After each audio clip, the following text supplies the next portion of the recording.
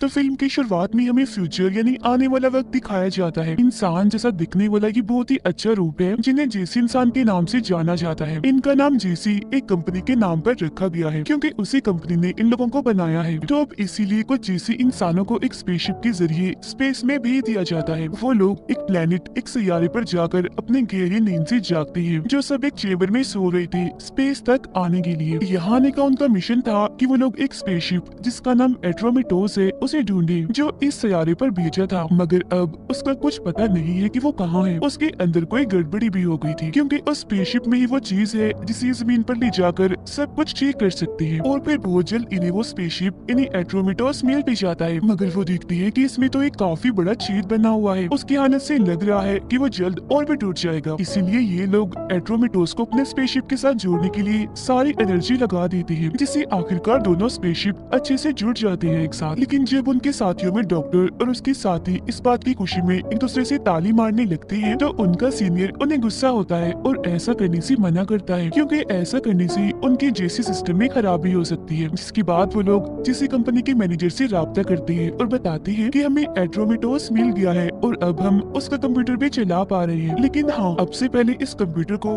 3 माह पहले चलाया गया था, जिसके बाद तो वहाँ से कोई खबर नहीं आई, ना ही कोई वहाँ से जवाब दे रहा है। तो इस वजह से हमारा मानना है कि एट्रोमिटोस के सारे लोग मारे गए हैं। जिस पर मैनेजर कहता है कि अगर तुम एट्रोमिटोस को बचाने के लिए अगर कोई मिशन करना चाहती हो तो अपना वक्त ही बर्बाद कर रही हो। तुम बस ऐसा करो, एट्रोमिटोस पर रखा सारा जरूरी सामान ले लो और बस वापस अपने स्पेसशिप में आ जाओ। और जो सामान तुम्हें बचाकर लाना है वो एक केमिकल का बॉक्स है, यानी जिसकी मदद से हम जमीन के माहौल को ठीक कर सकते हैं। तुम्हें तब तक वहाँ रहना होगा जब तक तुम उसे हासिल न कर लो। इसे लेने में तुम्हें 2 साल भी लग सकते हैं। अब हम देखते हैं इनकी एक साथी को जिसका नाम आयरिस है, जो अपने कंप्यूटर पर एट्रोमिटोस की सारी जानकारी निकाल रही होती है। एक वीडियो में एट्रोमिटोस का कैप्टन कहता है, शुक्र है आखिरकार कई रुकावटों के बाद हम यहाँ से निकल रहे हैं। मगर फिर दूसरी वीडियो में कैप्टन कहती है कि हर गुजरते घंटे के साथ यहाँ के हालात खराब होते जा रहे हैं, सब लोग अजीब हो गए हैं, बगावत पर उतर आए हैं। ये देखकर उनका सीनियर कहता है, क्या है ये आम इंसान भी हमेशा कोई न कोई गड़बड़ी कर देते हैं, फिर आखिर में हम जैसी लोगों को ही सब ठीक करना पड़ता है। अब अचानक से उन्हें एट्रोमिटोस से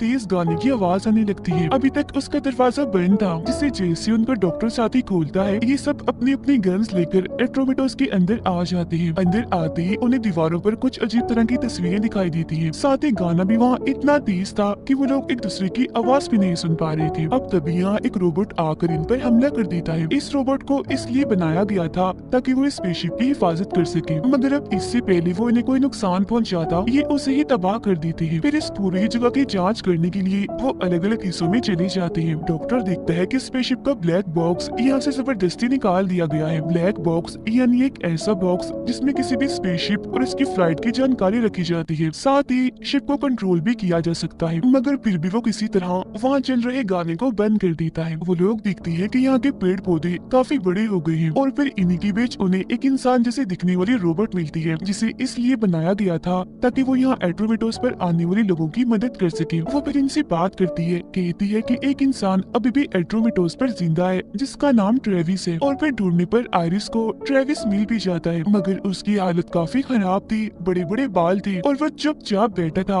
उसे देखने से लग रहा था जैसे वो कोमा में है। इसके बाद इनका सीनियर अपने मिशन पर निकल जाता है। इन्हें जिस मकसद के लिए वो यहाँ आए थे वो था केमिकल बॉक्स को ढूंढकर वापस लाना, मगर काफी ढूंढने पर भी वो उसे यहाँ मिलता ही नहीं। अब ये सारे लोग एक जगह पर इकट्ठा होते हैं। सब कहते हैं कि हमने हर एक जगह पर वो केमिकल बॉक्स ढूंढा लेकिन हमें वो कहीं पर भी नहीं मिला। अभी लोग अपने सिस्टम में ट्रेविस के बारे में पता लगवाने लगते हैं, जिससे इन्हें पता चलता है कि ट्रेविस एक इंजीनियर है। अब मजीद जांच करने पर उन्हें ट्रेविस के बारे में खास पता नहीं लगता। अब इनका सीनियर इन्हें बताता है कि बाहर से देखने में तो ट्रेविस बिल्कुल ठीक लग रहा है, मगर उसके दिमाग में काफी गड़बड़ियां चल रही हैं। हो सकता है किसी बड़े हादसे की वजह से उसके साथ ऐसा हुआ हो। अब इनका कमांडर ट्रेविस से बात करने की कोशिश करता है, मगर वो उसे कोई जवाब नहीं देता। तो इसीलिए वो ट्रेविस की जिम्मेदारी आयरिस को देता है, क्योंकि वो दिमागी काफी अच्छी डॉक्टर है। अब सारी जानकारी हासिल करने के लिए वो रोबोट भी इनकी कोई मदद नहीं कर सकती, क्योंकि एट्रोमिटोस की तरह उसकी भी सारी यादें मिटा दी गई है। इसी दौरान डॉक्टर की दोस्त को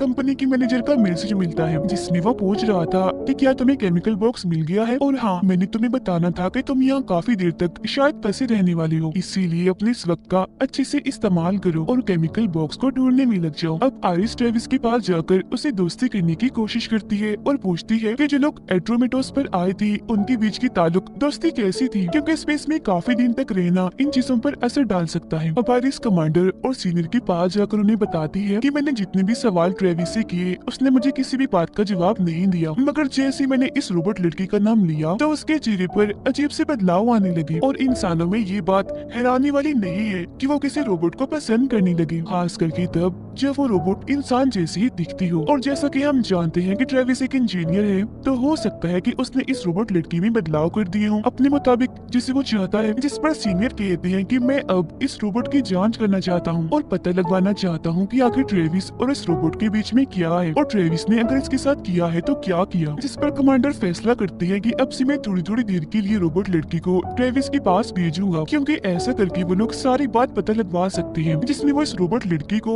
चारे की तरह इस्तेमाल करेंगे। अब कुछ देर के बाद पूरे स्पेसशिप की बिजली चली जाती है और इन्हें पता चलता है कि ट्रेविस तो यहाँ से भाग गया है और शायद वो अपने साथ एक गन भी ले गया है, क्योंकि वहाँ पे रखी गन गायब थी। अब गन लेकर आइरिस ट्रेविस को ढूंढने जाती है। वो उसे मिल तो जाता है, मगर वो देखती है कि ट्रेविस ने मुझ पर ही गन तानी हुई है, इसीलिए वो प्यार प्यार से ट्रेविस से बात करने की कोशिश करती है। वो जैसे उसे काबू करने वाली होती है कि तभी यहाँ कमांडर आ जाते हैं गन लेकर। वो आखिर ट्रेविस की गन नीचे कर देता है, जिसके बाद ट्रेविस को दोबारा से बंदी बना लिया जाता है। आइरिस कमांडर से कहती है कि जब मैं अपना काम कर रही थी तो तुम बीच में क्यों आई? तुम्हें मुझ पर, मेरे काम पर, मेरे तरीके पर शक है क्या? कमांडर बोलता है कि तुम ज्यादा अपना दिमाग मत लगाओ और सिर्फ मिशन के मुताबिक ही काम करो, ठीक है ना? उधर जब डॉक्टर और उसकी दोस्त साथ में थी तो डॉक्टर की दोस्त बड़ी ही अजीब चीज करती है। वो अपनी जैकेट उतारते हुए बोलती है कि यहाँ एसी के बगैर कितनी गर्मी है ना। अब उसका ऐसा बर्ताव देखकर डॉक्टर को काफी अजीब लगता है, क्योंकि वो एक जैसी इंसान है, इसीलिए उसे ऐसा कुछ महसूस नहीं होना चाहिए। अब कुछ देर के बाद इनका पूरा सिस्टम ठीक हो जाता है, जहाँ तभी फिर कंपनी के मैनेजर का मैसेज आता है जिसमें वो कहता है कि तुम्हारा सबसे जरूरी मिशन उस केमिकल बॉक्स को कैसे भी करके ढूंढ कर लाना है, क्योंकि बाकी सारी चीजें तो बाद की बात है। आइरिस एक बार फिर दीवार पर बनी पेंटिंग्स और तस्वीरें देखती है और दोबारा से ट्रेविस के पास जाती है। वो इस बार उससे उन पेंटिंग्स और तस्वीरों की ही बात करती है, जिसके बाद वो रोबोट लड़की को दोबारा से ट्रेविस के पास भेजती है। खुद वो एक दूसरी जगह पर आकर एक छोटे से कैमरा के जरिए उन दोनों को देख रही थी। वो देखती है कि ट्रेविस रोबोट के कान में मैंड्रिन जुबान में कुछ कह रहा है। अब आइरिस अपने सीनियर से बात करने जाती है, जहाँ वो कहता है मुझे याद नहीं आ रहा मैं यहाँ क्यों आया था, और ये काफी अजीब है क्योंकि मैं जिसे कभी नहीं भूलता। अब सीनियर को मैंड्रिन जुबान आती थी, इसीलिए वो उसके पास आई थी। वो फिर सीनियर को ट्रेविस की कही बात सुनाती है, मगर क्योंकि ट्रेविस काफी हल्का बोल रहा था इसीलिए फिलहाल तो उसे कुछ भी समझ नहीं आती। इसीलिए वो कहता है कि अभी तो मैं इसे समझ नहीं पा रहा, तुम ऐसा करो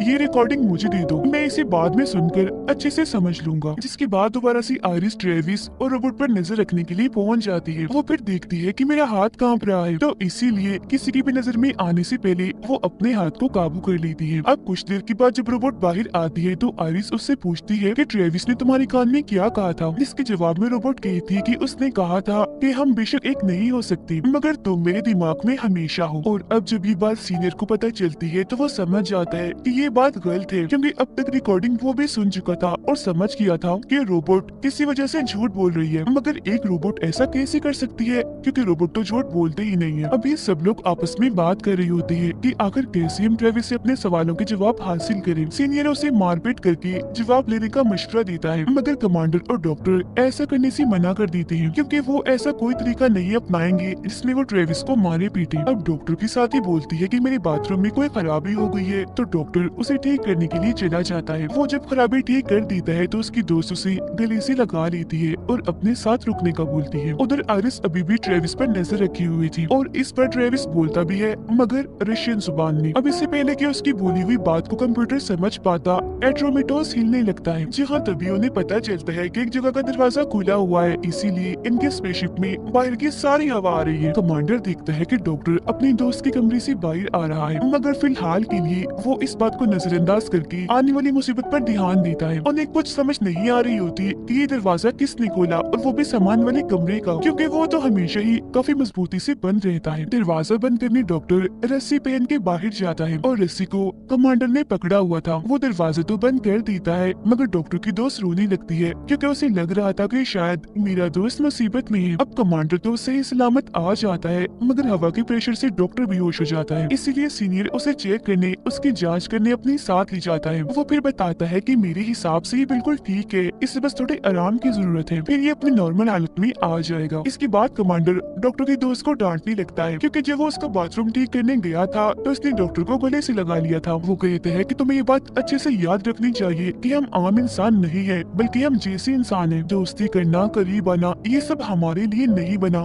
थोड़ा ख्याल रखो तुम। आयरिस अब सीनियर से पूछती है कि क्या कोई रोबोट झूठ बोल सकता है, जिस पर सीनियर कहते हैं कि हाँ, रोबोट झूठ बोल सकते हैं अगर उन्हें किसी बात का झूठा जवाब देने के लिए प्रोग्राम किया जाए तो। वैसे अपनी मर्जी से वो कोई झूठ नहीं बोल सकते। और हाँ, मैंने उस रोबोट लड़की की जांच की थी, मगर मुझे तो उसमें से कोई भी ऐसी प्रोग्रामिंग नहीं मिली। अब आयरिस दोबारा से अपने सिस्टम पर आ जाती है ताकि ट्रेविस की रशियन जुबान में कही हुई बात को समझ सके, मगर तभी यहाँ डॉक्टर की दोस्त आ जाती है और बताती है कि ट्रेविस ने ये जो रशियन जुबान में कहा है, ये तो एक किताब में लिखी गई बात है। हमें जिंदा देखकर ये ट्रेविस पता नहीं क्या सोच रहा है, कुछ समझ नहीं आ रही। ये सुनकर आयरिस फौरन ट्रेविस के पास जाती है और उसे बिजली का झटका लगाती है। कहती है कि मुझे लगता है तुम बिल्कुल ठीक हो, बस बीमार होने का ड्रामा कर रही हो। अब की बार इस बात का जवाब ट्रेविस फ्रेंच जुबान में देता है, जो आयरिस समझ भी जाती है, क्योंकि उसे भी थोड़ी बहुत फ्रेंच जुबान आती थी। इस बार उसने दोबारा से किसी किताब का जिक्र ही किया था। डॉक्टर के दोस्त ने एट्रोमेटोस का वो सिस्टम ठीक कर लिया होता है जिससे वो राब्ता कर सकती थी, मगर उसे दोबारा से वही वीडियो आ जाती है जो पहले भी आई थी। असल में ये सारे पुराने रिकॉर्डिंग है जो हर 2 घंटे के बाद आ रही है। कमांडर उसे कहता है कि तुम लगातार जमीन पर मैसेज भेजती रहो जब तक कि कोई जवाब नहीं आ जाता। ये देखकर वो रोने लगती है, जिस पर कमांडर उसे दोबारा से डांटता है कि तुम क्या कर रही हो, जैसे होकर रो रही हो। अब इसी वक्त डॉक्टर भी यहाँ आ जाता है, जिसे देख उसकी दोस्त गले से लग जाती है। अब उनको ऐसे देखकर कमांडर दोबारा से उन्हें डांटता है, कहता है कि ये सब तुम दोनों की वजह से हुआ है। अगर उस दिन तुम दोनों साथ में ना होती तो तुम्हें पता चल जाता कि सामान वाले कमरे का दरवाजा खुला हुआ है और हमें ये सब ना देखना पड़ता। तो इसीलिए चिपकना बंद करो और दूर रहो एक दूसरे से, क्योंकि तुम दोनों की गलती की वजह से ही हम सब मरने वाले थे। वो फिर डॉक्टर की दोस्त को कहता है कि तुम तो सबसे पहले काम करो, तुम जाओ सीनियर के पास अपनी जांच करवाने कि आखिर तुम इतनी जज्बाते क्यों हो रही हो। वो डॉक्टर को फिर बताता है कि लाख कोशिश के बाद भी जानकारी नहीं मिल रही, पता नहीं जानकारियाँ कहाँ चली गई है। सीनियर डॉक्टर की दोस्त की जांच कर रहा होता है, मगर उसे कोई भी गड़बड़ी नहीं मिलती। वो फिर सीनियर से पूछती है कि आजकल आपको कुछ अजीब महसूस हो रहा है। अब हालांकि सीनियर को अजीब महसूस हो तो रहा है, मगर इसके बावजूद भी वो ना में जवाब देता है। इधर आयरिस ट्रेविस की फ्रेंच में बोली गई बात की जांच कर रही है, जिसके बाद वो दीवार पर बनी तस्वीरों और पेंटिंग्स पर लाइट मार के देखती है, जहाँ उसे छुपा हुआ मैसेज समझ आ जाता है। वो पुरानी जानकारियों को भी देखती है। अब कमांडर उसके पास आता है ये पूछने के लिए कि अभी तक तुम्हें क्या जानकारी मिली है, जिस पर आयरिस बताती है कि एट्रोमेटोस कभी भी खतरे में नहीं था। हमारे आने से पहले ही ट्रेविस एट्रोमेटोस को सबसे बड़े सैयारे पर ले गया था, जो काफी खतरनाक था, क्योंकि ऐसा करना उसकी मजबूरी थी। और वो केमिकल बॉक्स जिसे हम ढूंढने आए हैं, उसे लेकर भी एट्रोमेटोस के लोगों के बीच में बहस हो गई थी। इसीलिए मुझे लगता है कि कंपनी के मैनेजर ने हमें केमिकल बॉक्स के बारे में जो भी बताया है वो सच है ही नहीं, या अगर सच है भी तो आधा अधूरा है। फिर वो दीवार पर बना खुफिया मैसेज देखती है, जो पानी जैसी किसी चीज का केमिकल फार्मूला था, एक ऐसे केमिकल का जो बाहर की चीजों से बड़ी आसानी से जुड़ जाता है। दूसरी तरफ पानी की ड्राइंग बनी हुई थी, जिसे देखकर आयरिस बताती है कि तुम्हें याद है ट्रेविस ने मुझ पर गन तानी थी, तो दरअसल उसने मुझ पर नहीं बल्कि मेरे पीछे रखी पानी की फिल्टर मशीन पर तानी थी। खैर जो भी है, मैं इस नतीजे पर पहुंची हूँ कि जो भी केमिकल है बहुत खतरनाक है और पानी से इसका कोई ताल्लुक है जो हम जैसे लोगों और इंसानों के लिए खतरा है। जिस पर कमांडर कहते हैं कि या तो इन सब पर कोई सबूत लेकर आओ या फिर ट्रेविस का मुंह खुलवाकर उससे जानकारी लो। वो फिर दोबारा से ट्रेविस के पास जाती है और कहती है कि मुझे सब बता दो, जिस पर दोबारा से वो किताबों की बातें करने लगता है और ये भी कि उस केमिकल बॉक्स की वजह से सब के सब मारे जाएंगे। साथ ही वो जोर से हंसने भी लगता है, जिस वजह से आयरिस को इतना गुस्सा आ जाता है कि वो यहाँ से चली ही जाती है। इस दौरान आयरिस और सीनियर दोनों के साथ ही अजीब होता है। आयरिस का हाथ कांप रहा था तो सीनियर बातें बोल रहा था। अब डॉक्टर कमांडर को बताता है कि अगर केमिकल बॉक्स को स्पेस में छोड़ा होगा तो वो बड़े प्लेनेट की जमीन पर जाके गिर गया होगा, मगर टूटा भी नहीं होगा, क्योंकि उस बॉक्स को खास तरह से बनाया हुआ था और जानकारी के बगैर उस बॉक्स को तोड़ना बहुत ही मुश्किल होगा, इसीलिए वो अभी भी वही सही सलामत हो सकता है। अब सारे हालात को देखते हुए कमांडर कमांडर ये मंजूरी दे ही देता है कि कैसे भी करके ट्रेविस से जानकारी निकलवाओ, चाहे तो फिर उसे मारना ही क्यों ना पड़े। फिर आयरिस ट्रेविस के पास आकर पूछती है कि जल्दी बता दो केमिकल बॉक्स कहाँ है, वरना सीनियर तुम्हें बहुत बुरी तरह से मारेगा और लहूलुहान कर देगा। अब पहले तो वो कोई जवाब नहीं देता, देखता है कि सीनियर रोबोट की हाथ को नुकसान पहुंचा रहा है, और फिर जैसे वो रोबोट के सर को झटका देकर उसे तोड़ने ही वाला था तो तब ट्रेविस बोलता है कि रुको, मैं बताता हूँ केमिकल बॉक्स के बारे में, मैं तुम्हें उस बॉक्स के बारे में सारी जानकारी दूंगा, मगर तुम मुझे पहले मेरे इस रोबोट को ठीक करने दो। तब डॉक्टर दोबारा से अपनी दोस्त से मीठी मीठी बातें करके उसके गले से लग जाता है। उसकी दोस्त भी बातों में आ जाती है, इसीलिए वो उसे रोकते भी नहीं। ये देखकर कमांडर को इतना गुस्सा आता है कि वो जाकर डॉक्टर को पीटने लगता है, मगर सीनियर उनकी लड़ाई छुड़वाकर वो जानकारी बताता है जो ट्रेविस से मिली थी। जानकारी की मदद से वो उस जगह के बारे में पता लगवा लेती है जहाँ वो बॉक्स है, मगर जब भी उस जगह को चेक करती है तो इन्हें वहाँ कुछ भी नहीं मिलता। कमांडर बोलता है कि मैं और डॉक्टर नीचे जाकर बॉक्स को ढूंढते हैं और अपने साथ ले आते हैं। जिस दौरान आयरिस उस रोबोट को ठीक करने का सामान लेकर ट्रेविस के पास आती है और पहले की तरह सवाल जवाब करती रहती है। ट्रेविस बताता है कि मैंने ही लाशों और उस केमिकल बॉक्स को उस बड़े प्लेनेट पर भेजा था, मैंने ही एट्रोमेटोस और इस रोबोट की यादों को मिटाया था, मगर आखिर में मैं खुद को नहीं खत्म कर पाया। असल में यहाँ एक काफी बड़ी गड़बड़ी हो गई थी, जिस वजह से एट्रोमेटोस में ये सब हुआ। मैं क्योंकि उस गड़बड़ी को भूल नहीं पा रहा था, इसीलिए मैंने उसे यहाँ की हर एक दीवार पर बना दिया ताकि जो लोग यहाँ पर आए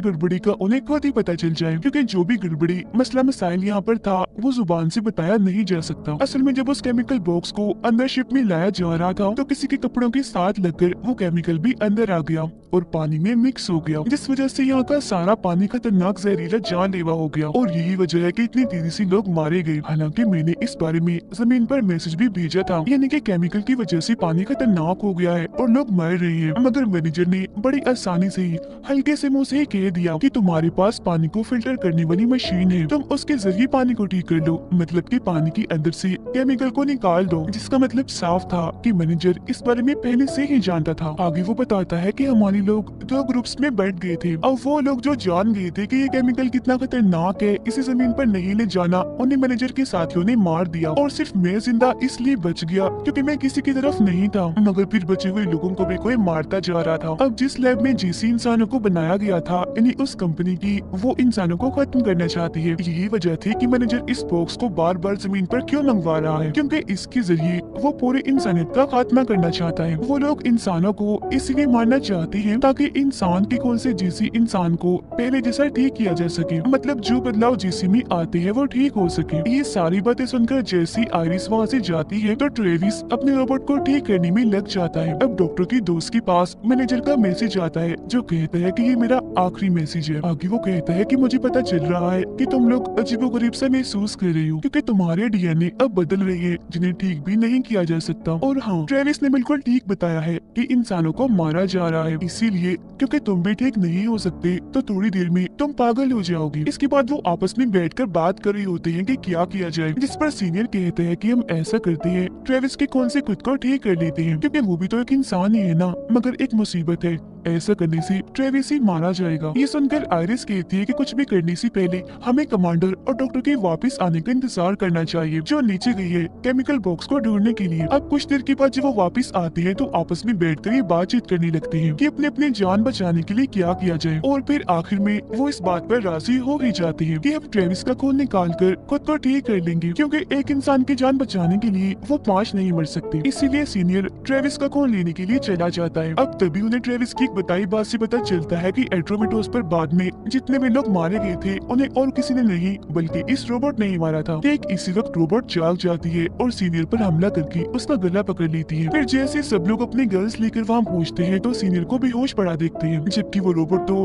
ट्रेविस को अपने साथ लेकर भाग चुकी थी।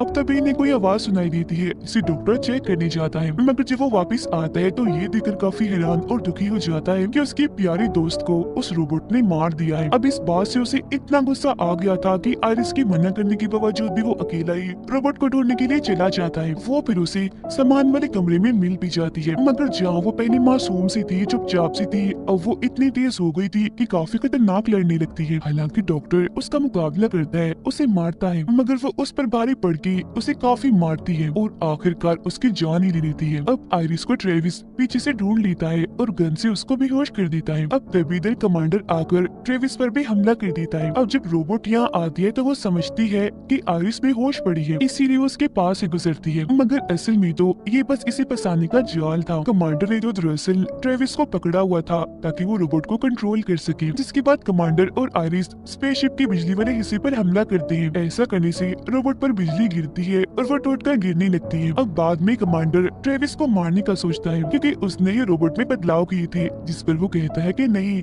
मैंने ऐसा कुछ नहीं किया। अब तभी इधर आयरिस अपना फैसला बदल लेती है। वो ट्रेविस की बजाय कमांडर को ही मार डालती है। आयरिस फिर बताती है कि 98% जैसी लोगों में ये गड़बड़ी आई है, बचे हुए 2% लोगों में मैं भी हूँ, जब भी तो मेरे अंदर कोई बदलाव नहीं आया। और आयरिस ने ट्रेविस को जिंदा इसलिए छोड़ा था क्योंकि रोबोट में बदलाव उसने नहीं किए थे। वो शुरू से ये जानना चाह रही थी कि आखिर उसमें बदलाव किसने किए थे और वो झूठ कैसे बोल पा रही थी, इसीलिए वो उस बारे में ट्रेविस से पूछती है, जिस पर वो बताता है कि असल में वो रोबोट चाहती थी कि वो और मैं एक जैसे होकर एक दूसरे के करीब आ सके, इसीलिए उसने खुद नहीं अपने अंदर बदलाव किए थे, मगर मैं ये नहीं जानता था कि वो इतनी खतरनाक हो जाएगी और उसकी प्रोग्रामिंग भी बदल जाएगी। इन सब सवालों का जवाब पाने के लिए हमें जमीन पर जाना होगा। अब आयरिस ट्रेविस को एक छोटे स्पेसशिप के जरिए जमीन पर भेजती है। यहाँ पर जो भी हुआ वो सब बताने के लिए भी कहती है, क्योंकि खुद वो यही रुककर अपनी जान लेना चाहती है, खुद को खत्म करना चाहती है। वो कहती है कि मैं इसी लायक हूँ क्योंकि एक बार बचपन में गुस्से की वजह से मैंने किसी को मार दिया था। अब जैसे ट्रेविस यहाँ से दूर जाता है, वो इस स्पेसशिप को